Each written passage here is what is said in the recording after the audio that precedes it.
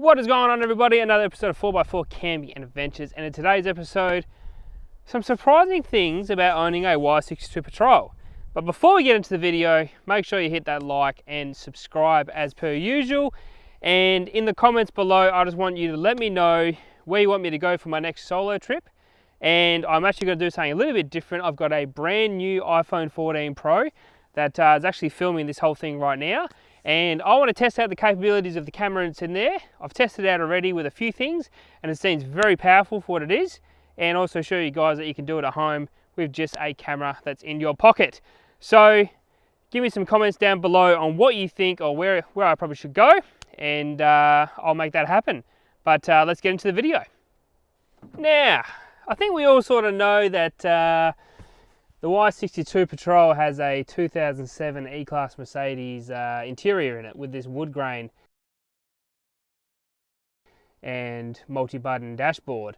But the surprising thing I found is after 2 years of ownership of this car, I haven't actually really noticed the interior too much. Now, people rant and rave about these interiors being old school and all that kind of thing, but once you start driving and you're actually paying attention to the road, the interior starts becoming a little bit null and void. So look, you can wrap these things, you can get new panels and all that kind of stuff. Most of that's actually quite expensive. And for a thing that you sort of look at on the occasion, I don't think it's worth it. But if you're going to go obviously down that route, wrapping it, changing out the panels, put some nice black gloss or something like that in there, you know, makes it all look really good. But I don't find myself looking down this way too much generally, mainly because you focus on, you know, what's in front of you and what's on the stereo or whatever's going on. So yeah, when I first looked at the car, I was like, oh yeah, it's a bit how you going. But it's surprising that you sort of become used to it. So I just don't see the need for it. It's not there. But you know, people, you know, are now changing out this whole cluster and all that kind of stuff. So, you know, some people don't like it, some people do. But after, you know, 2 years of ownership of the car, I'm just surprised I haven't done it yet. Just don't feel the need. But let's get into my second surprise of owning a Y62 Patrol. So surprise number 2. Now, it's a big roaring V8, right? You know, 5.6 litre petrol V8. You say that to some four-wheel drivers and it's almost like you're taking their firstborn away from them. These are, yes, let me clarify this a bit. These can be thirsty. If you drive it around like a V8 supercar all day, every day, it's going to use a lot of fuel, naturally. But if you actually drive these cars around like a bit of a nana, do a lot of highway kilometres and all that kind of thing, in stock form, there's actually bugger all difference between this and a 200 series. There's actually tests out there where these have gone up the same trail, same track, all that kind of thing, towing a van, and produced better economy than a 200 series. So I suppose the big surprise to me is how many people blatantly say that these are heavy, thirsty, big V8 cars. Obviously they're a big V8 car, but they're actually not that thirsty considering the size of this damn thing. I mean, it's a 7-seater big wagon forward drive that weighs 2.8 tonne from factory. So of course it's going to use a bit of fuel. But the amount of fuel stock form was actually probably the biggest surprise for me. Now, when you start loading them up, like I have, this is pretty heavily modified, right? And it becomes heavy. That's when they start using a bit more fuel and they start getting a bit thirsty. So on average, around town, I'm using 20, 21 litres, right? But I do drive it like lead foot everywhere. I'm a bit of a heavy foot. Now on the highway, it's getting around 16 to 15.5 if I just cruise at 105 k's an hour. What I found with towing, it's using about 20. For a car this big and what I tow and what I do on the highway, 3.3 tonne, to me that seems actually quite good. But it just surprised me from factory the amount of negativity towards a Y62 and what kind of fuel they're going to use and how much fuel they're using and all that kind of stuff. It's actually quite astonishing how much incorrect information's out there around these cars. So look, I'm not going to go say buy it for it to be fuel, go buy this car because, you know, it'd be cheap on fuel, it's easy to maintain and run. They're not. They're expensive and they're heavy and, you know, they use a bit of fuel. But compared to a 200, which is probably its main competitor, there's a bee's dick between them. Absolute bee's dick between them. So, yeah, fuel economy really surprised me. I thought it was going to be thirstier than it was, and couldn't be happier, honestly. It uses a bit of fuel, but at the moment, petrol's cheaper than diesel anyway, so it cost me less to fill up than a, you know, 200 series or a equivalent car with the same size fuel tank. So either way, I'm winning. So happy at the moment anyway. See what happens with fuel prices. But let's get to surprise number 3. So surprise number 3, as you would know, well, if you don't know, these don't have a solid axle. They're a IRS and IFS setup. So 4 CVs, front and rear. I suppose in full drive terms, the worst setup you can get. You know, snapping CVs and all that kind of stuff, weakest point. But from factory, we're talking about plenty of clearance, big tyres. They got about a 33-inch tyre pretty much from stock, you know, in stock form. Heaps of clearance because obviously you've got no diff pumpkins, and they come with a rear locker and a great traction control system. You know, thumping V8 at the front. They are actually quite capable from the box. Now, I've tested this thing pretty rigorously in stock form. When I bought the car, so I bought it brand new, it had about 200 Ks on the clock, and I decided I'm just going to take it down to the beach. I want to see what this thing's all about. And with 200 Ks on the clock, I took it down the beach and gave it a beach run. And then from there, it sort of progressed, started testing things out, taking it to its limit because some of the stuff I was doing was probably pushing it a bit. But from stock form, they're stupidly capable. I didn't actually find myself needing new tyres till about a year into ownership. So I upgraded to the bigger tyres, put 35s on it, all that kind of stuff. But I did that about after a year of owning it. So I've got a real good grasp of what these things can do in stock form. So I suppose if you're buying one of these and you're not going to lift it, you're not going to put big tyres on it and all that kind of stuff, you can go pretty much anywhere with this. It's a very, very capable car from the factory. Rear locker, good traction control, great clearance, big tyres, you've got everything you need. Probably the big factor that probably lets it down is the underbody protection. So between the radiator and your gearbox, there's a bit of a spot there you need to protect. So just get some protection for that. But beyond that, stupidly capable car from factory.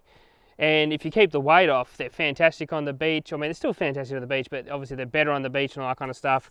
But yeah, I was actually really blown away about how good this is with stock lift, stock tyres and all that kind of thing. And then I put the 35s on it, I put the big 2-inch lift on it, and it's even more capable. I've taken this place in some weird spots. I'm thinking I'm never going to get through that. And it just crawls through. Yeah, it's still blowing me away on what I can get away with such a big car, especially, you know, how wide it is and all that kind of thing. There's a lot of places where I'd think, oh, I probably shouldn't take it down there, but it's going down there with ease, crawling through it and having absolutely no dramas. So yeah, is the surprising element of how capable these are from factory. They don't need much to really get them going. If you want to do a little bit more hardcore, semi-hardcore off-roading, put a lift in it and put some bigger tyres on it and you're good to pretty much go anywhere.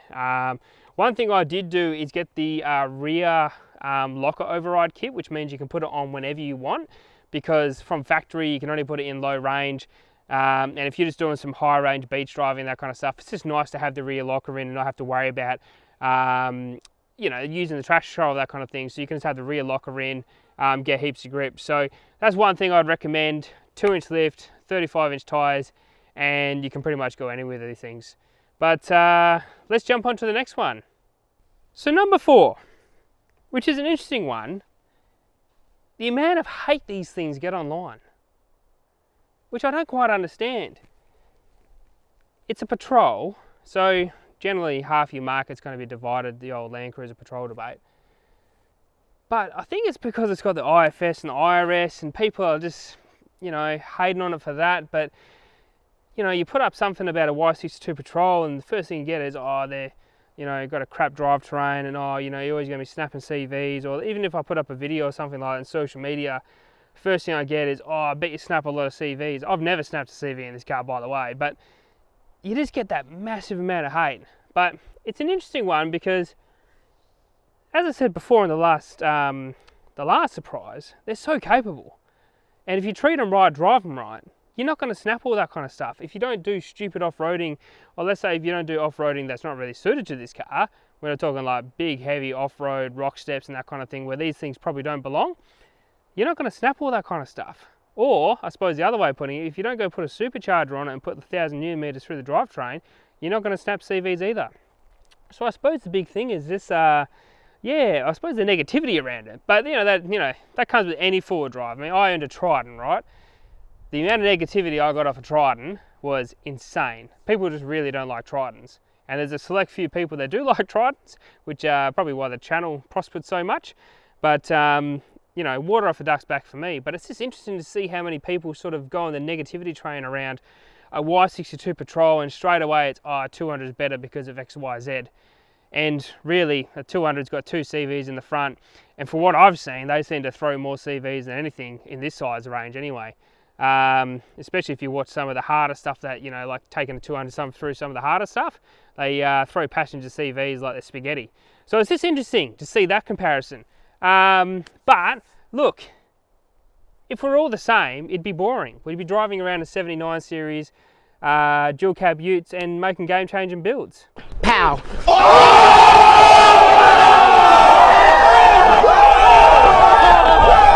But you've got to be different. You've got to be a little bit unique in this world and do something that you want to do. And I feel like these are becoming more and more popular. It's actually crazy since I've owned this for 2 years. And 2 years ago, you saw the occasional one on the road. And now you're seeing these absolutely everywhere.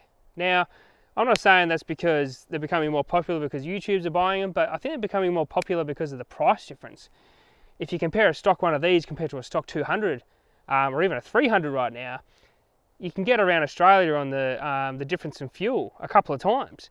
So it's just interesting to see how popular they've become over the last couple of years, especially with, rising fuel prices and diesel getting more and more expensive now. It will be interesting to see sort of the next 2 years, because this is my 10-year car, right? It'll be interesting to see the next 2 years on where fuel prices go and where these go compared to a 300 and all that kind of stuff. So, or you can't actually get a 300 right now, so it'll be interesting to see how many more they sell of these.